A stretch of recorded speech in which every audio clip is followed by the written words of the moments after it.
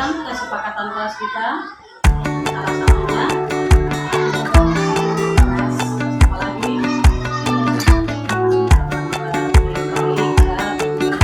tidur itu sebenarnya membutuhkan setiap manusia.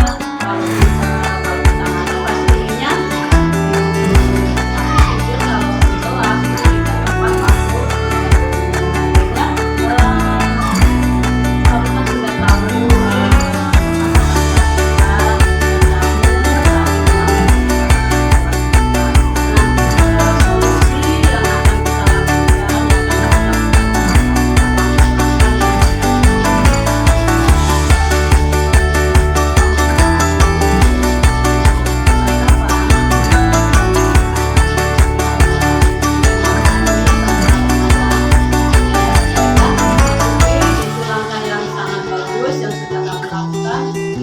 tahu mudah-mudahan kami jauh lebih baik lagi. Saya akan mengulangi lagi dan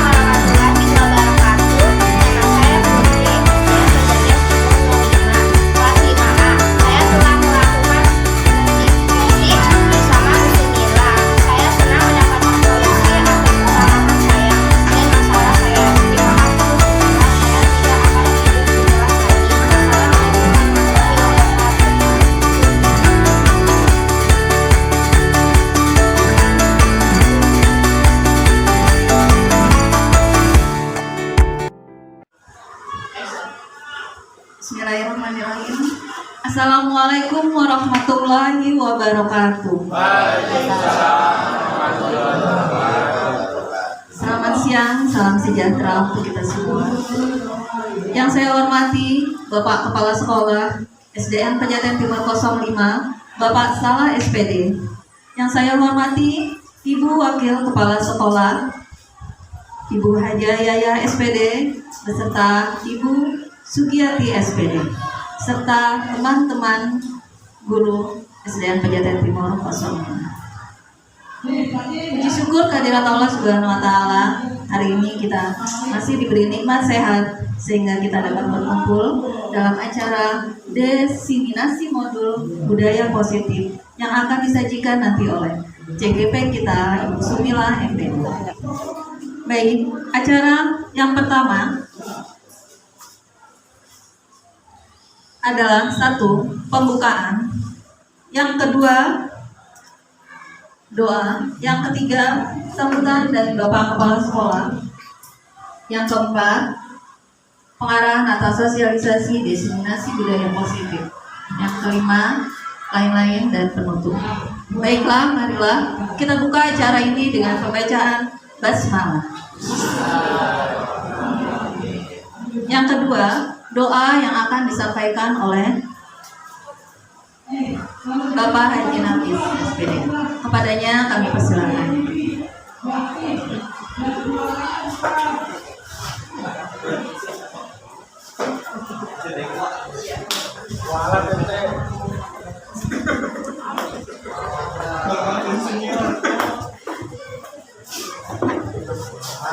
Assalamualaikum warahmatullahi wabarakatuh.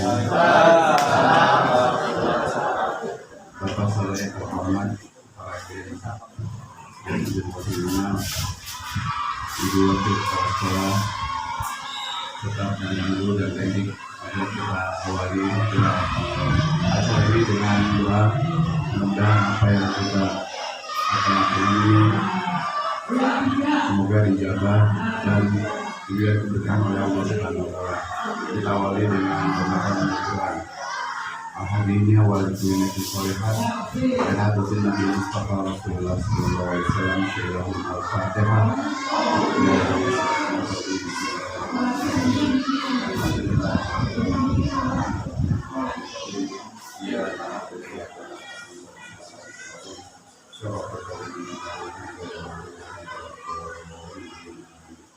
Assalamualaikum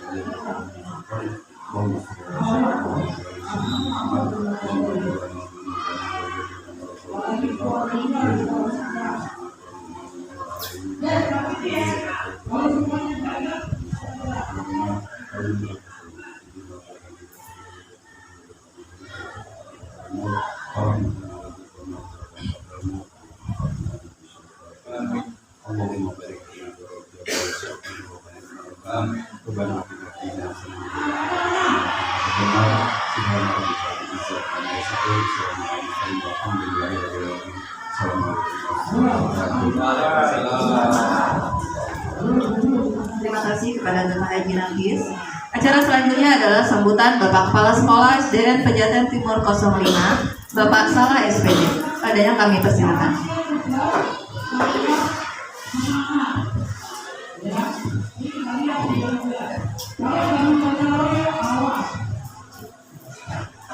Terima kasih Ibu Pembaca. Bismillahirrahmanirrahim. Assalamualaikum warahmatullahi wabarakatuh. Puja dan puji syukur kita panjatkan kehadirat Allah Subhanahu wa taala. Salawat salam semoga Allah limpahkan kepada junjungan kita Nabi besar Muhammad sallallahu alaihi wasallam, pada keluarganya, dan insya Allah dan sebagai umatnya hingga akhir zaman.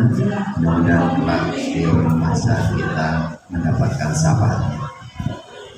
Yang terhormat Ibu Wakil Kepala Sekolah Bidang Kurikulum dan Bidang Kesiswaan, Ibu Suryati SPD dan Ibu Hajar Kota SPD, wabil khusus calon Guru Penggerak Angkatan 7 Ibu Sumilah MPD, teman-teman Bapak dan Ibu Guru yang berbahagia, terima kasih saya ucapkan yang sudah mendukung kegiatan ini, di mana kegiatan yang diberi judul desiminasi, ya.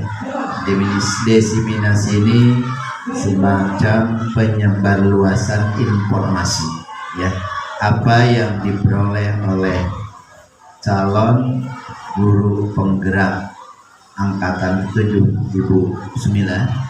Kegiatan-kegiatan ini akan disebarluaskan informasinya sehingga semua akan mendapatkan informasi yang sama, bahkan mungkin akan bertambah informasinya. Oleh karena itu, sesuai dengan judulnya, artinya kita akan mengembangkan, meningkatkan budaya yang positif, ya. Budaya-budaya yang positif inilah yang harus kita angkat di lingkungan sekolah kita. Apalagi nanti mungkin sekarang lagi dipersiapkan untuk gerakan sekolah GSM, ya, gerakan sekolah yang menyenangkan. Ini Bapak dan Ibu Guru setiap hari dalam pembelajaran, kalau dulu dalam CBSA ada yang disebut dengan PAIKEM, pembelajaran aktif, kreatif, inovatif, dan ujungnya menyenangkan.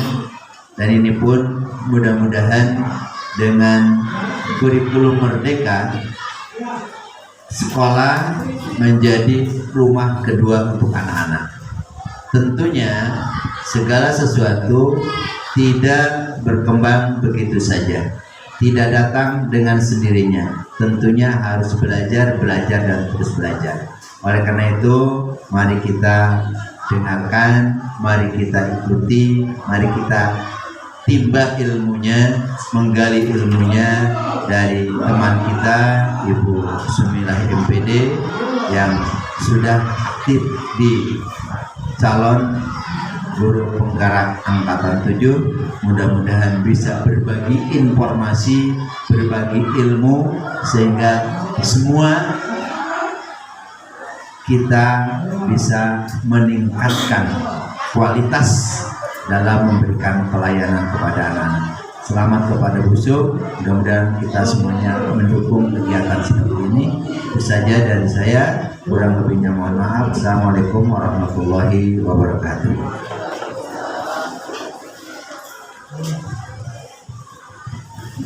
Terima kasih kepada Bapak Salah SPD. Acara selanjutnya adalah penjelasan dari Ibu Sumila MPD tentang diseminasi budaya positif. Padanya kami persilakan.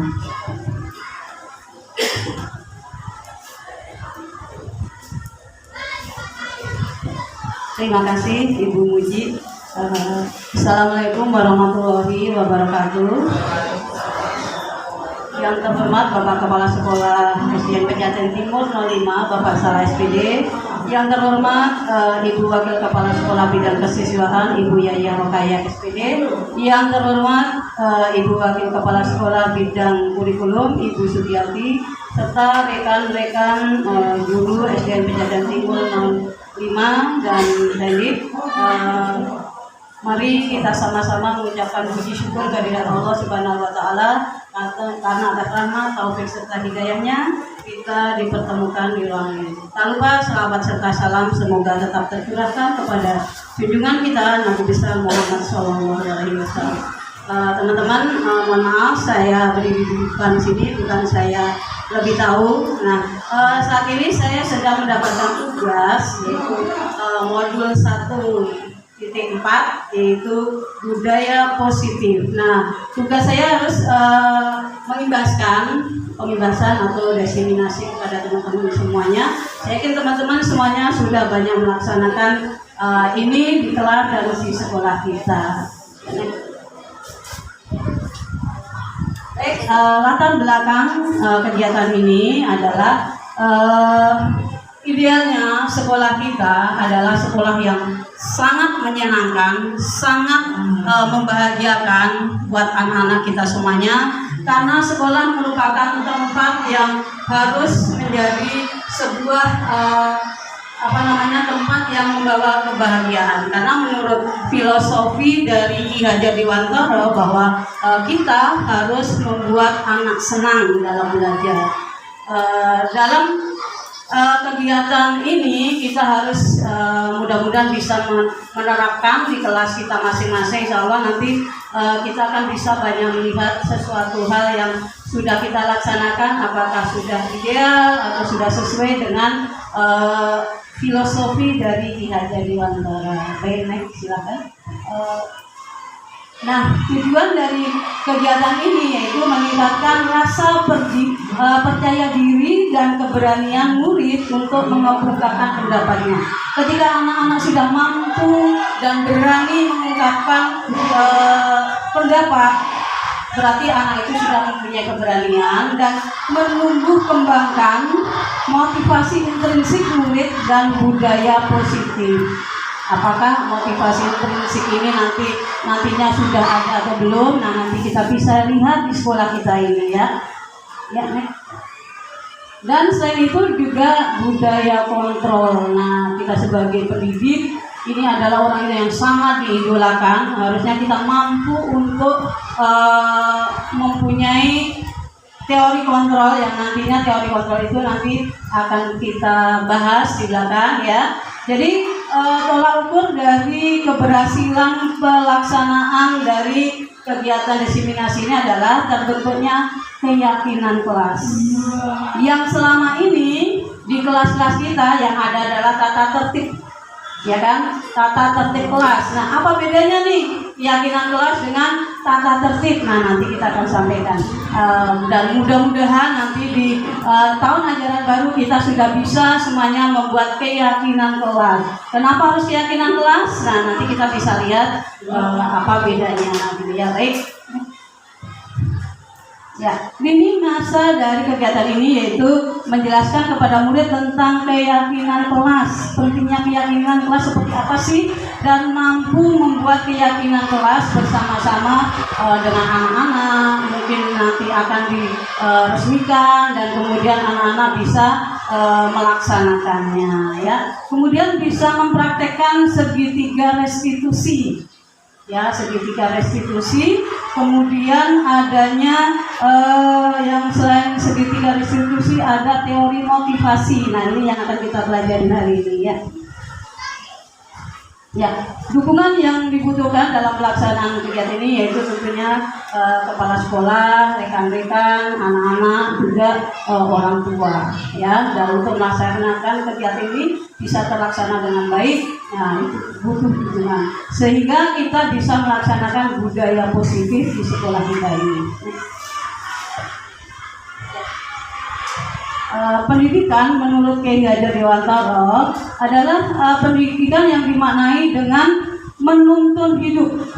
Jadi kita diibaratkan seorang petani yang menyemai benihnya di sawah ya. Jadi kita harus bisa menuntun. Kita bisa menuntun anak-anak ke arah yang lebih baik. Nah, dalam menuntun itu kita juga kadang di tengah-tengah jalan banyak hambatan, banyak gangguan ya. Di antaranya kalau nanam padi bisa tumbuh rumput, bisa tumbuh yang lain-lainnya. Nah, itu yang harus kita perhatikan.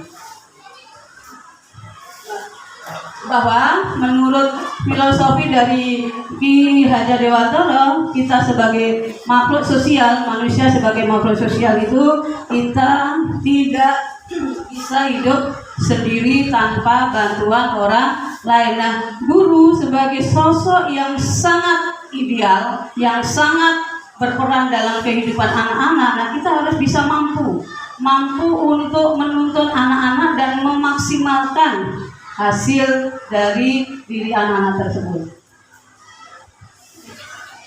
Nah, kita sering dengar trilogi dari filosofi Ki Hajar Dewantara. Yang pertama Ingarso Sung Tulodo. Nah, sebagai seorang guru di depan kita harus bisa memberikan contoh dan teladan serta harus bisa menjadi panutan buat murid-murid kita semuanya. Yang kedua, Madya Mangunkarso, bahwa di tengah-tengah kita sebagai guru harus mampu untuk memberikan dorongan semangat. Dan yang ketiga yaitu Tuturi Handa Yani. Saya sudah sering sekali dengan filosofi ini, tapi kita harus memaknainya jauh lebih dalam, bahwa kita di belakang harus bisa memberikan dorongan. Oke, baik. Nah, kurikulum merdeka yang akan diterapkan di sekolah kita tahun depan, nah itu sebenarnya merupakan filosofi dari pemikiran Ki Hajar Dewantara, bahwa anak-anak harus belajar dalam keadaan bahagia.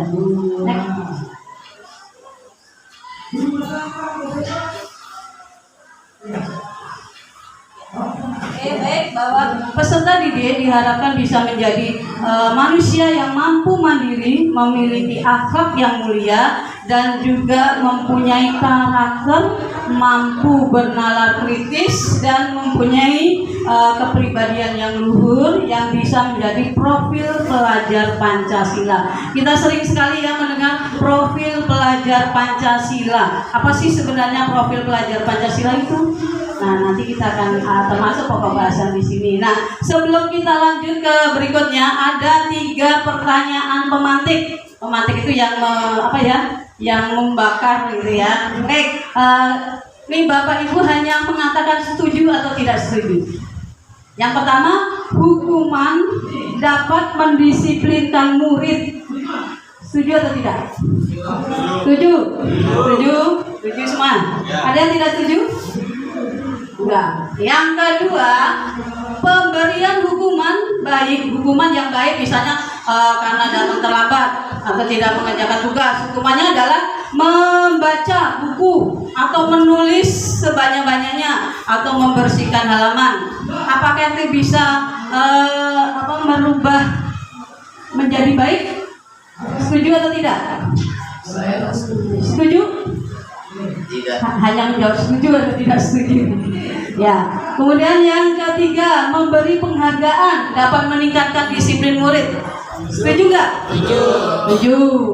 Nah, nanti kita lihat, jadi hanya jawab saja, nanti belakang jawabannya ya. Setuju apa enggak sih sebenarnya? Nah, hari ini kita akan mempelajari tentang budaya positif. Ya, budaya positif akan mempelajari tentang disiplin positif, kemudian nilai-nilai kebajikan. Ya, nilai-nilai kebajikan apa saja sih yang sudah dilaksanakan di sekolah kita ini? Kemudian teori motivasi, hukuman, penghargaan, dan restitusi. Ya, ada beberapa kali dengar restitusi ya. Nanti akan kita lihat. Dan keyakinan kelas.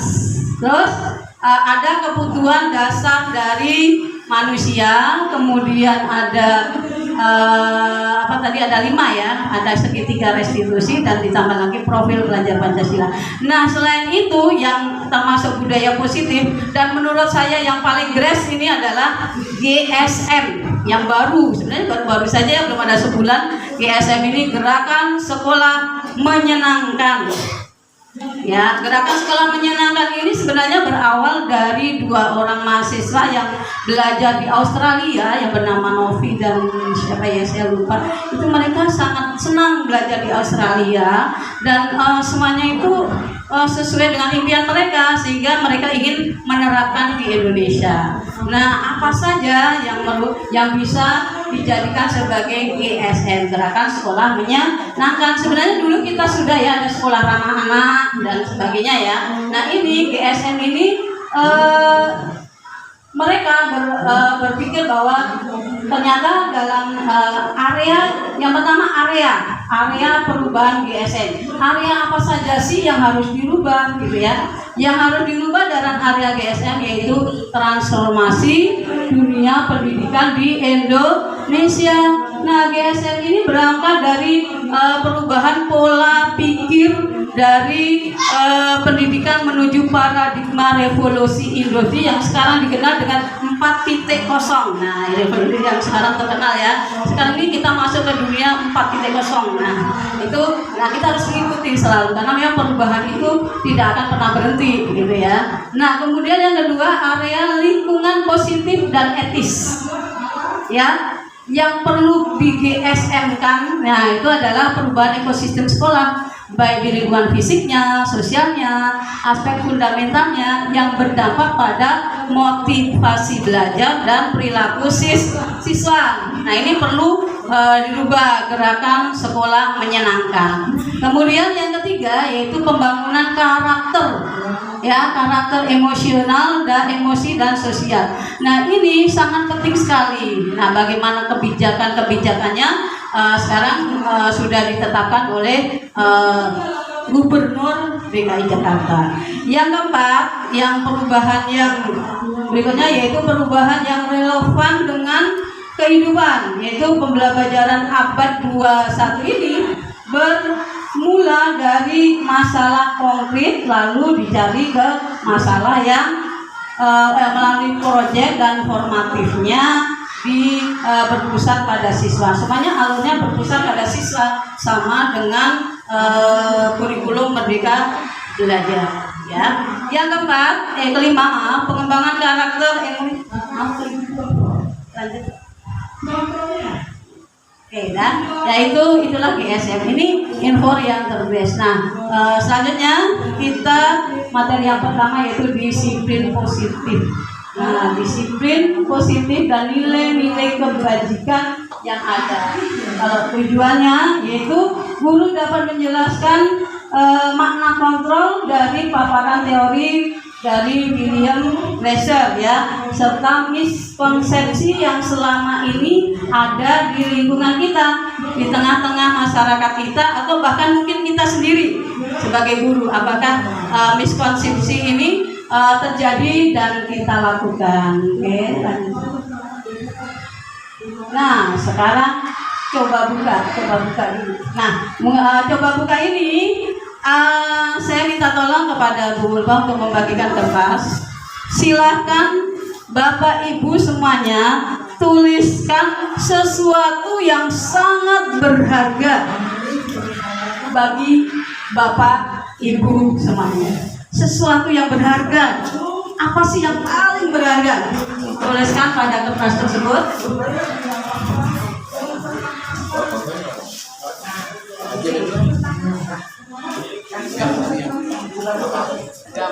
Kayak pensil. Di kata saja, boleh di kata juga boleh. Oh, sesuatu yang sangat berharga itu apa? Ini kan bagi setiap orang berbeda-beda. Sudah ditulis. Kalau sudah ditulis, namanya sangat berharga, harus disimpan ya. Harus disimpan.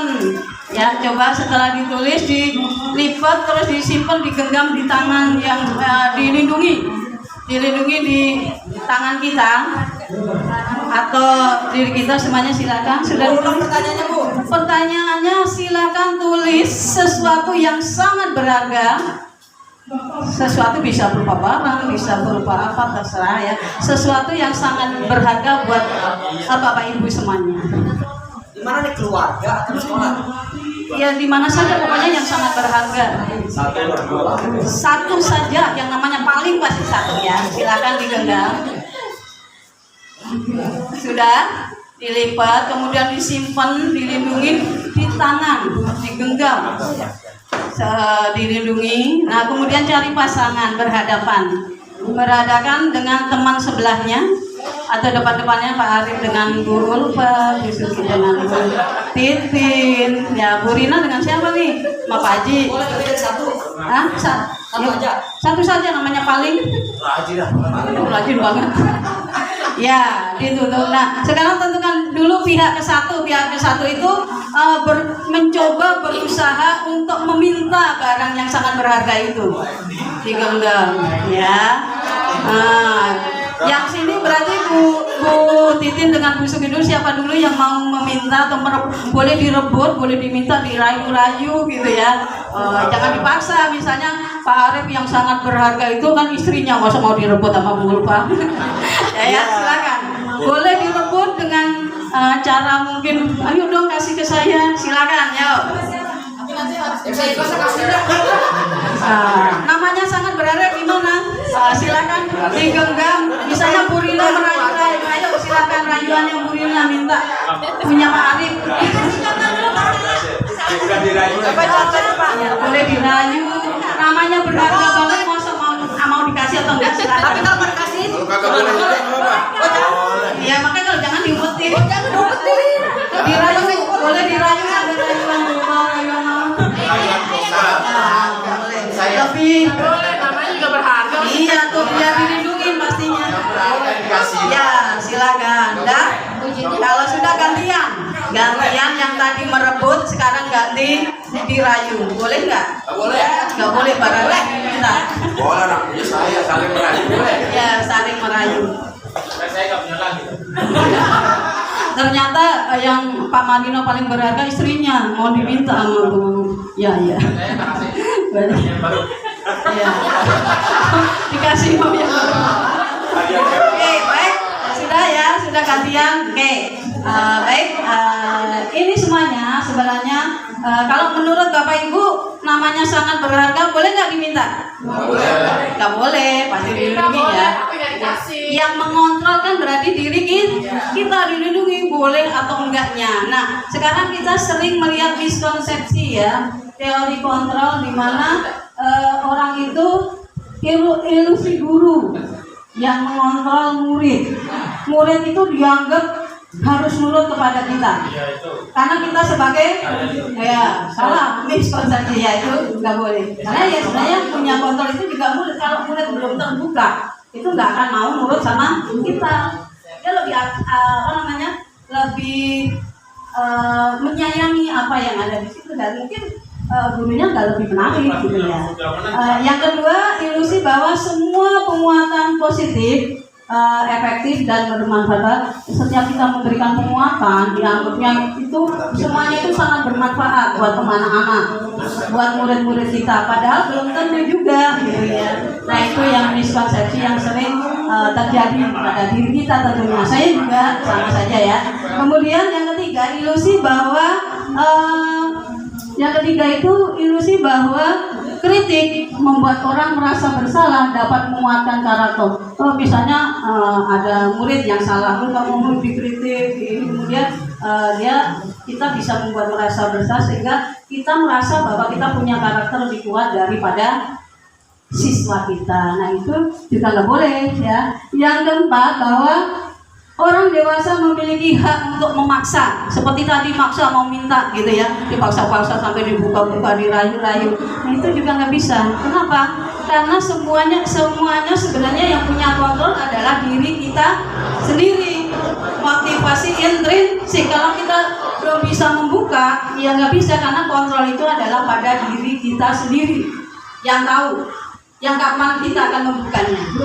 Nah, sama sebagai guru, kita harus bisa membuka murid kita nih, ya, karena mereka memang yang mempunyai kontrol. Kita juga nggak bisa memaksa, kita harus bisa menuntun. Kata Ki Hajar Dewan Tulau bahwa kita bisanya cuma menuntun, nggak bisa mengubah murid kita mau diapain, mau di ini. Nah, ada beberapa cara yang mungkin bisa nanti kita lakukan. Nah, sebenarnya kalau kita ingin mengubah, menurut Stephen Kofer, bahwa bila kita ingin membuat kemajuan, ya sedikit-sedikit ya, jadi kemajuan itu perlahan sedikit-sedikit, ubahlah sikap. Yang pertama yang diubah itu adalah sikap atau perilaku kita sendiri. Kita sendiri nih yang harus dirubah, jangan orang dulu yang harus berubah.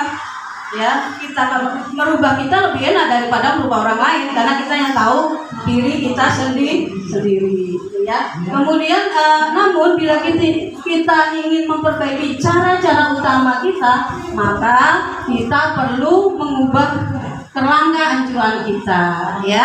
Dan ubahlah bagaimana Anda melihat dunia, bagaimana Anda berpikir tentang manusia, bagaimana kita berpikir tentang paradigma kita sendiri, ya. Skema pemahaman dan penjelasan aspek-aspek tentang realitas yang ada. Ini pendapat yang tadi ya. Nah, sekarang kita lihat stimulus respon ya, bahwa kita sering melihat realitas kebutuhan kita disamaratakan, padahal kebutuhan kita adalah berbeda. Itu menurut teori kontrol. Anak dianggap semuanya sama kebutuhannya di kelas kita, padahal setiap anak itu mempunyai kebutuhan yang berbeda. Tapi kadang kita menyamaratakan di kelas itu ya, kadang ya memang gak mungkin lah kita satu persatu ya, itu wajar. Ya nggak apa-apa, kita berubah sedikit demi sedikit. Oh, mungkin kita bisa dengan teknik, kita mengetes nih, ternyata di kelas saya itu gaya belajar anak-anaknya pun berbeda-beda, sehingga kita perlu menyelami mereka. Si A ini misalnya Bu ini gaya belajarnya adalah auditori, ketika dijelaskan dia cuek-cuek aja nggak kemana-mana, karena dia akan sangat mengerti dengan telinga pendengaran. Kalau Bu Ulfa harus nototin kayak orang yang lihat dari atas sampai ke bawah, orang yang ngomong harus lihat. Kita lihat ciri-ciri orang visual. Kalau orang yang kinestetik, lari sini. Jadi kalau anak-anak kita lari sana sini, bangunin dan sebagainya. Mari kita pahami anak kita memang berbeda. Dan semua itu sebenarnya 3 hal ini ada pada diri setiap anak-anak kita. Tapi ada yang menonjol auditori, ada yang menonjol visual, ada yang menonjol kinestetik. Nah, bagaimana strategi kita mengajar?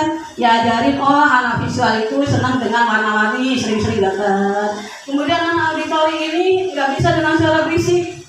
Lebih baik belajar kalau di mana dia harus belajar di tempat yang tenang, nggak bisa berisik. Dia harus bisa mendengarkan suara sendiri. Tapi dia kalau belajar harus keras-keras bacanya. Ini ciri orang auditori. Nah, harus kita pahami seperti itu. Jangan disamaratakan, jangan main. Kamu nggak bisa diam.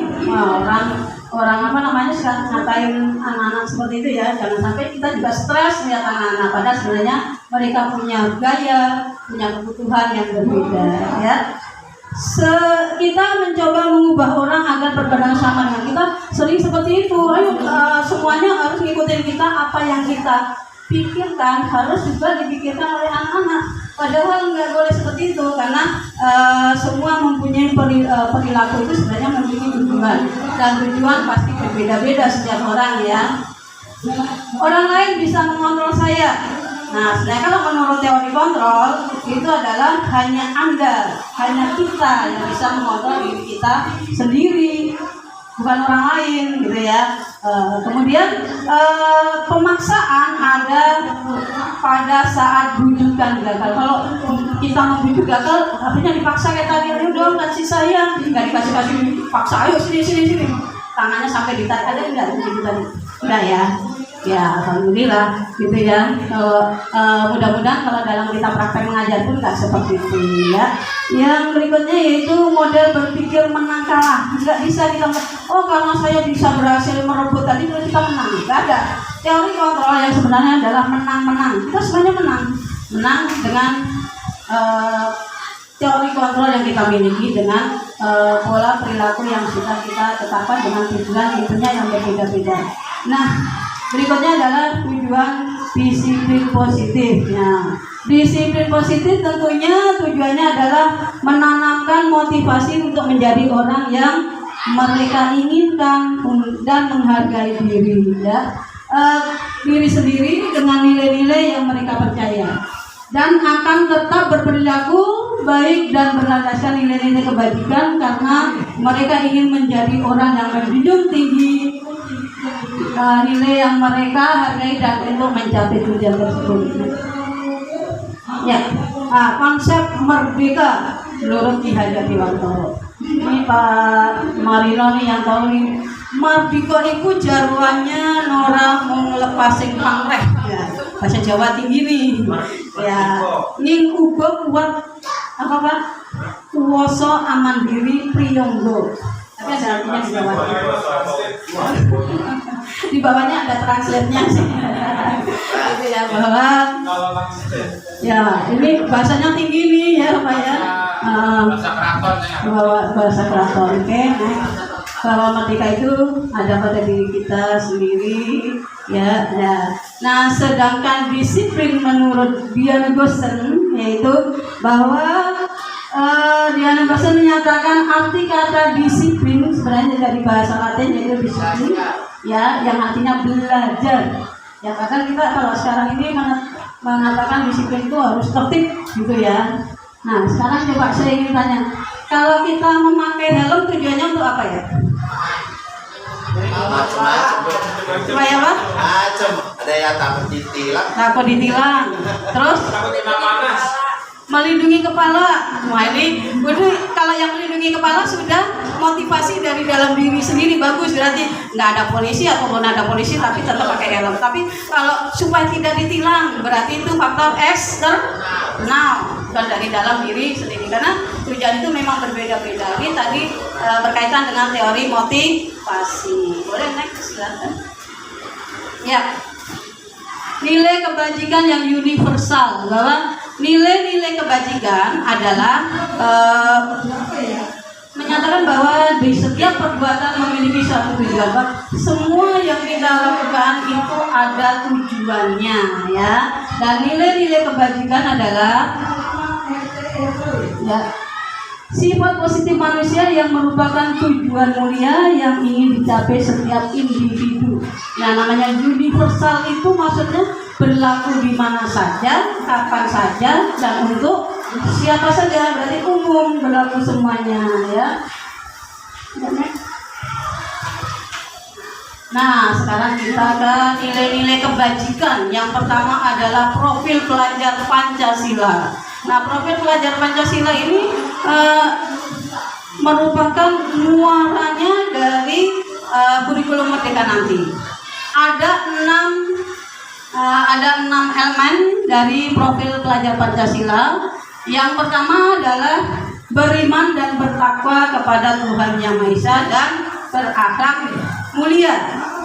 Yang kedua, berkebinekaan global. Yang ketiga gotong royong. Yang keempat, mandiri. Kelima, kreatif. Dan yang keenam adalah benar kritis. Kalau dinyanyi kita ada nyanyi. Yuk kita nyanyi coba.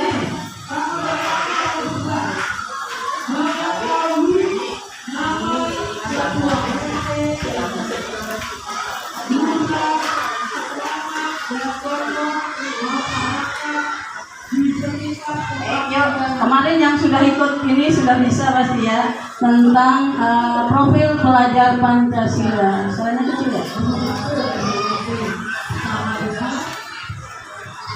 Ya ibu-ibu berdiri biar nanti.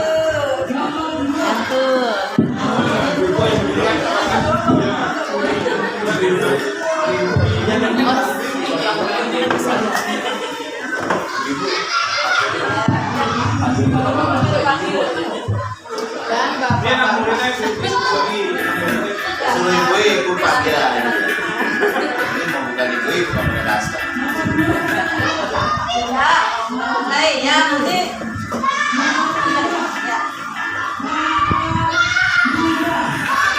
Pancasila beriman dan bertakwa pada Tuhan Yang Esa dan berakhlak mulia, berkebinekaan global, kreatif dan bernalar kritis. Lagi. Pancasila beriman dan bertakwa pada Tuhan Yang Esa dan berakhlak mulia, kreatif dan bernalar kritis.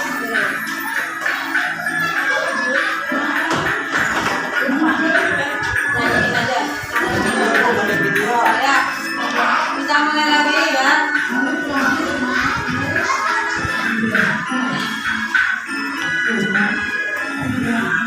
Pancasila beriman dan bertakwa pada Tuhan Yang Esa dan berakhlak mulia, berkebinekaan global, yang mandiri, kreatif dan bernalar kritis.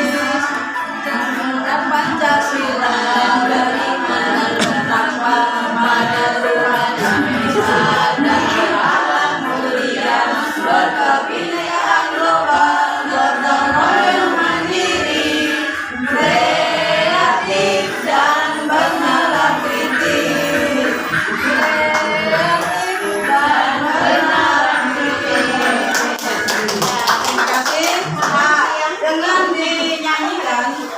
dinyanyikan kita akan jauh lebih hafal. Mudah-mudahan nanti anak-anak kita sering-sering kita sampaikan, mungkin di kelas nanti Bapak Ibu semuanya bisa menyampaikan sehingga anak-anak cepat hafal. Atau mungkin ketika kita senam atau habis upacara juga boleh. Itu untuk menanamkan karakter profil pelajar Pancasila sehingga bisa lebih terlaksana dengan baik. Nah, nilai-nilai kebajikan yang kedua itu yaitu sama ya. Jadi di 6 organisasi atau institusi itu ada nilai-nilai kebajikan yang disampaikan dan semuanya sebenarnya hampir sama. Kalau tadi profil belajar Pancasila, yang kedua itu PYP, kemudian ada 9 pilar karakter dulu ya yang disampaikan. Nah, itu merupakan nilai-nilai kebajikan. Ada 6 ya. Berikutnya adalah tentang lifelong ya, dan petunjuk hidup itu ada 9 petunjuk hidup. Nah, itulah nilai-nilai kebajikan yang mungkin bisa kita terapkan dalam kehidupan sehari-hari juga kepada anak-anak semuanya. Tapi sekarang yang sedang kita galakkan yaitu profil pelajar Pancasila. Yuk. Kemudian ada yang kelima, the second essential truth. Ya, mungkin bacanya salah ya. Ya, lanjut. Oke, nah itu nilai-nilai yang ada. Ada nilai peduli, nilai keterus-terangan, nilai kebersamaan. Nah, ini nilai-nilai ini nanti bisa kita terapkan ketika kita membuat keyakinan kelas. Dalam keyakinan kelas ini adalah harus kata-kata yang positif, nggak boleh yang kata-kata yang negatif ya.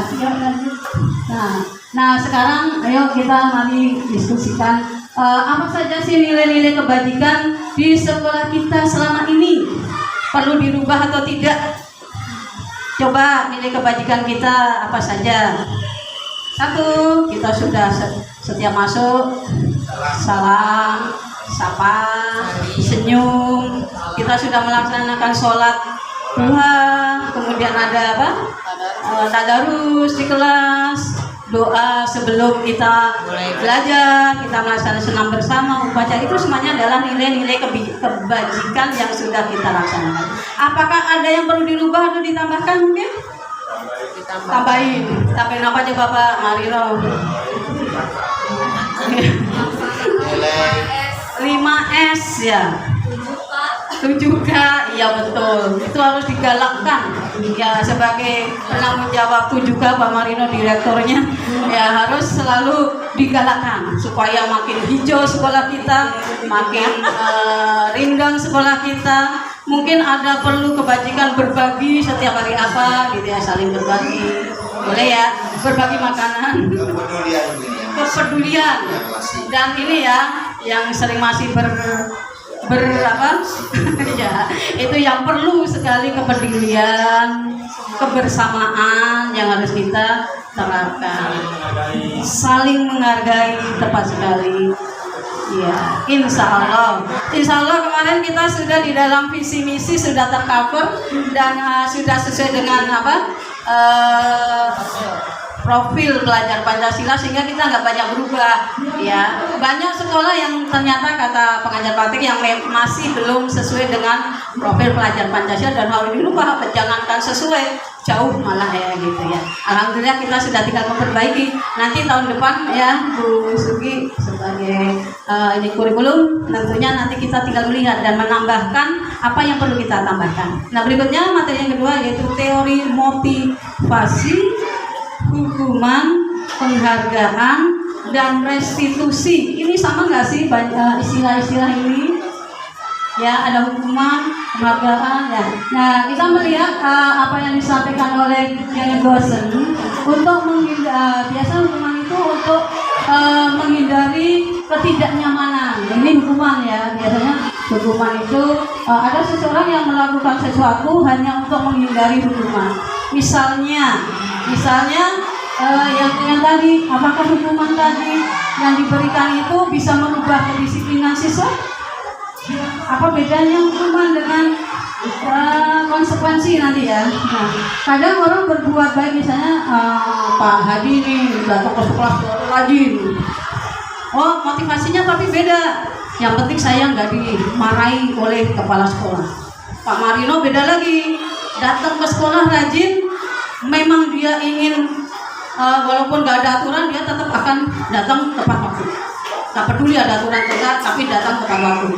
Beda itu, berarti itu motivasi. Intrin udah dari dalam, mau ada hukuman, ada lagi nih, pas datang juga biar dapat penghargaan, beda lagi. Jadi teori setiap orang itu berbeda-beda motivasinya.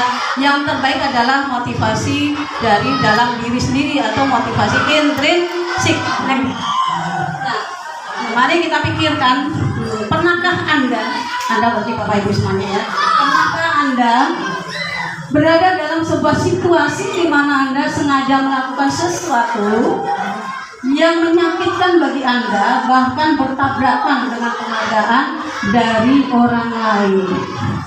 Pernahkah? Sebenarnya itu nggak pengen banget saya lakukan, tapi harus saya lakukan karena ada sesuatu hal yang mengharuskan itu, sehingga mengorbankan apa yang seharusnya saya tidak lakukan. Pernah situasi seperti itu? Ya mungkin di rumah atau di sekolah bisa saja ya.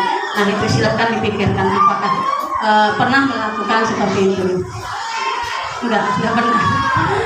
Hukuman penghargaan. Jadi begini, ini contoh saja ya. Misalnya itu ada seorang bernama Iva kurang menguasai pelajaran matematika, sehingga pada saat pelajaran tersebut berlangsung dia banyak terdiam diri dan menggambar di buku pelajarannya. Pada saat guru matematikanya yaitu Pak Seno menanyakan pertanyaan, Iva menjadi gugup dan tidak sengaja menjatuhkan tasnya dari kursi, serta tiba-tiba menjadi gagap pada saat berupaya menjawab. Seluruh kelas pun tertawa melihat perilaku Iva yang bicara tergagap-gagap dan terkejut. Pak Seno pada saat itu membiarkan teman-teman Iva menertawakan Iva yang tergagap dan malu luar biasa, dan malahan minta Iva untuk maju ke depan dan berdiri di depan kelas sambil menunjuk hidungnya karena tidak bisa menjawab pertanyaan Pak Seno. Kelas makin gaduh dan anak-anak pun tertawa melihat Iva di depan kelas memegang ujung hidungnya. Nah, apakah setuju dengan tindakan Pak Seno? Pasti tidak. Apakah pernah kita lakukan? Tidak. Ya. Menurut Anda nih, hukuman ini termasuk hukuman atau konsekuensi? Hukuman. Apa bedanya hukuman dengan konsekuensi?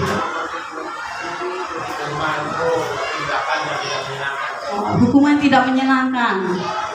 Terus kalau konsekuensi? sebagai solusi. Ya, betul sekali. Kalau hukuman biasanya itu berlaku mendadak, tidak dulu dipertimbangkan dan dalam waktu yang cepat. Sedangkan konsekuensi biasanya sudah disepakati bersama-sama dan itu sebuah hasil kesepakatan sehingga mereka akan melaksanakan tanpa salah. Nah, selanjutnya hukuman yang tadi hukuman ya. Contohnya nih, kalau hukuman itu tidak terencana tiba-tiba bersifat satu arah, hanya kita sebagai penguasanya, tidak melibatkan murid untuk memberikan masukannya dan biasanya berupa fisik. Sedangkan konsekuensi itu sudah terencana, sudah disepakati bersama dan diberikan berdasarkan suatu data yang umumnya yang nantinya kalau kita sudah membuat keyakinan kelas, nah itu sudah terjadi seperti itu konsekuensinya. Nah, sekarang restitusi. Pernah dengar ya kata restitusi? Restitusi. Ada di situ ya. Restitusi itu proses menciptakan kondisi bagi murid untuk memperbaiki kesehatan mereka sehingga mereka bisa kembali pada kelompok mereka tanpa merasa bersalah dengan karakter yang lebih kuat. Walaupun salah tapi dia akan lebih kuat ketika kembali kepada teman-temannya ya. Jadi merupakan proses kolaboratif mengajarkan murid untuk mencari solusi ya. Ya, dihukum oleh penghargaan. Maksudnya apa nih? Kayak tadi ya, memberikan penghargaan kepada anak. Benar nggak sih? Bisa mendisiplinkan anak? Yang tadi pertanyaan di depan pemantik tadi. Ternyata memberikan penghargaan itu tidak membuat anak menjadi lebih disiplin. Justru pemberikan penghargaan yang berulang-ulang itu akan membuat motivasi anak itu akan semakin kurang dan akan merasa bisa juga akhirnya orang yang sebenarnya misalnya nih kayak misalnya ayo siapa yang bisa jawab saya kasih permen gitu misalnya, enak kelihatannya ya, tapi itu nanti akan berdampak yang nggak baik karena yang sebelahnya nanti dia dapat permen saya enggak, akhirnya dia yang lainnya nggak termotivasi dan kemudian ketika dia ingin jawab itu nanti dia dapat permen gitu. Jadi ada jadi kemudian motivasinya itu bukan motivasi intrinsik tapi motivasi ekstrinsik, mematikan karakter. Memberikan penghargaan itu mematikan karakter, mematikan motivasi yang baik. Nah, jadi penghargaan itu yang diberikan itu jangka panjang dan terus menerus maka akan berdampak menurunkan kualitas. Walaupun baik sebenarnya kelihatannya memberikan penghargaan, tetapi justru menurunkan kualitas. Penghargaan itu juga tidak efektif karena penghargaan mematikan kreativitas. Kreativitas orang itu jadi mati karena hanya ingin mendapatkan penghargaan, mau berupa barang, mau berupa makanan juga. Penghargaan merusak hubungan. Ya, penghargaan itu menghukum. Misalnya kita memberikan penghargaan, akhirnya temannya tidak mau lagi ini biar aja dia yang dapat, akhirnya mematikan hubungan dan ini hubungannya renggang. Nah, ternyata kelihatannya baik, ternyata tidak baik dampaknya. Penghargaan mengurangi ketepatan, jadi motivasi dari dalam dirinya akan hilang. Oke, next. Nah, sekarang kita ke segitiga restitusi langsung. Segitiga restitusi itu adalah sebuah cara untuk menyelesaikan suatu permasalahan pada anak, misalnya pelanggaran atau kasus dengan cara tanpa merasa bersalah atau sebagainya. Nah, restitusi ini bukan untuk menebus kesalahan, tetapi mencari kebutuhan dasar untuk mendasari tindakan tersebut. Nah, kemudian memperbaiki hubungan dan restitusi diri adalah cara yang paling baik. Ya, bukan menghukum. Ya, tawaran bukan paksaan, fokus pada karakter bukan pada tindakan kesalahan, tapi karakternya. Bagaimana membangun karakter sehingga anak itu tidak merasa bersalah meskipun melakukan kesalahan tapi bisa mencari solusi atas masalah yang dihadapi. Ya, fokus pada solusi dan mengembalikan murid yang berbuat salah kepada kelompoknya tanpa merasa bersalah. Nah, ini ada 3 langkah. Ya, ada 3 langkah. Yang pertama, menstabilitaskan identitas. Jadi kita tidak langsung kamu salah, kamu misalnya ada anak yang terlambat langsung kenapa kamu terlambat? Nah, itu nggak boleh seperti itu. Ya, jadi dipanggil, kemudian distabilkan. Oh iya, saya merasa bersalah karena melakukan pelanggaran terhadap keyakinan kelas. Kemudian divalidasi tindakan yang salah tersebut. Dia sendiri yang mengakui dan kemudian menyatakan keyakinannya dan dia akan berusaha. Nah, ini ada contoh tadi. Ini contoh segitiga restitusi yang sudah dilaksanakan.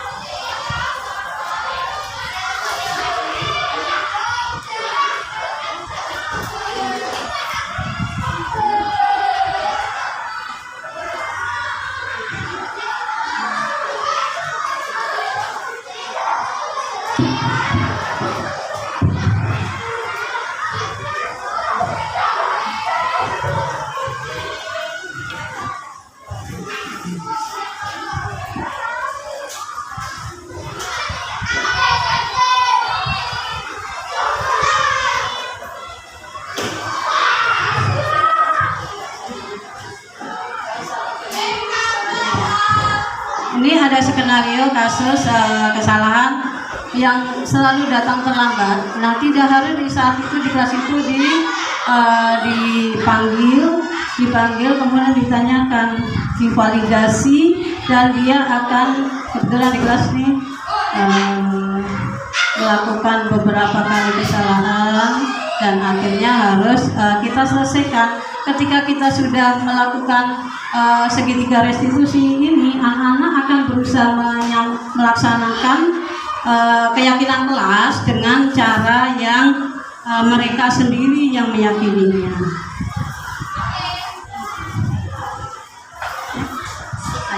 Lanjut saja ya.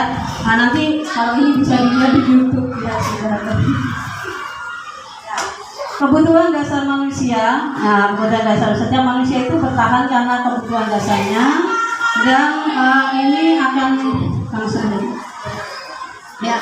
Nah, kebutuhan bertahan hidup yang pertama, yang kedua kebutuhan untuk diterima. Anak-anak tuh bertahan hidup, bertahan untuk diterima, dan kebutuhan kemampuan atas kemampuannya. Kadang anak-anak suka ada yang berbeda kemampuannya, kemudian anak-anak ingin diperhatikan, itu karena kebutuhan mereka untuk survive ya. Ya, lanjut. Nah, mari kita berpikir bahwa biar dunia kita sendiri berkualitas, ayo mari kita sering kali memikirkan itu hal-hal yang penting saja. Jangan pernah kita itu memikirkan hal-hal yang tidak perlu, tidak penting, kayak album foto yang kita simpan itu foto-foto yang penting saja, sehingga ketika kita akan membuka, menceritakan kembali itu ada di situ ya. Oke, lanjut. Nah, menurut Dr. William Glasser bahwa menyebutkan hal-hal yang penting saja dan kemudian kita simpan di dalam album foto itu adalah hal-hal yang merupakan harapan dan impian kita untuk melaksanakannya ya. Baik, lanjut.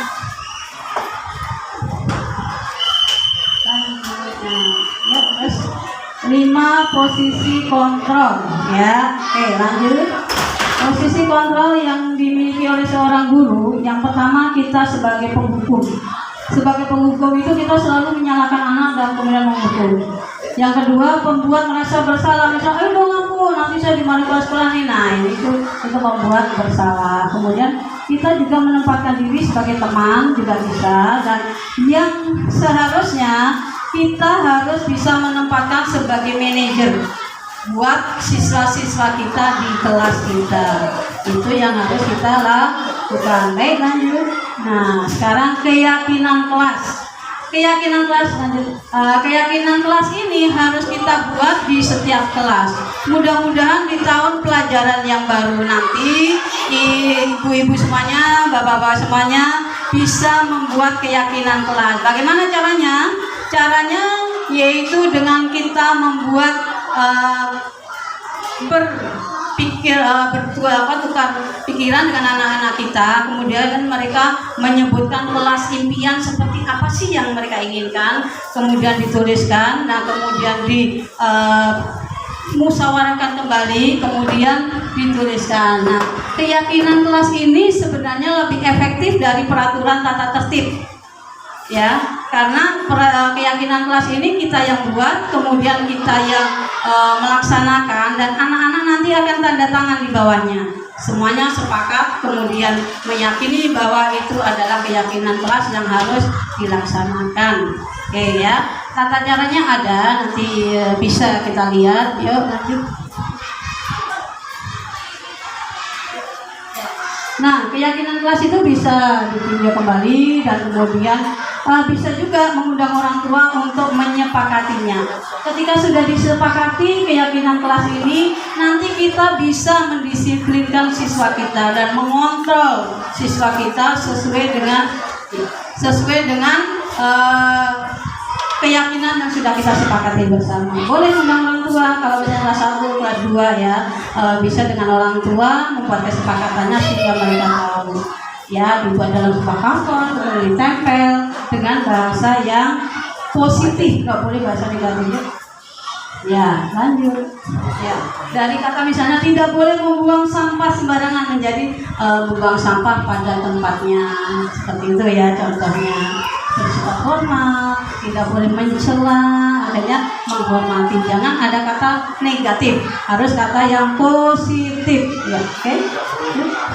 Ya, jadi tidak boleh ada yang negatif, harus yang positif, sehingga anak-anak itu sangat akan gampang untuk mematuhi peraturan kita. Oke, mungkin itu saja yang bisa saya sampaikan. Mungkin ada masukan tambahan. Terima kasih, thank you. Waktunya sudah habis. Ya.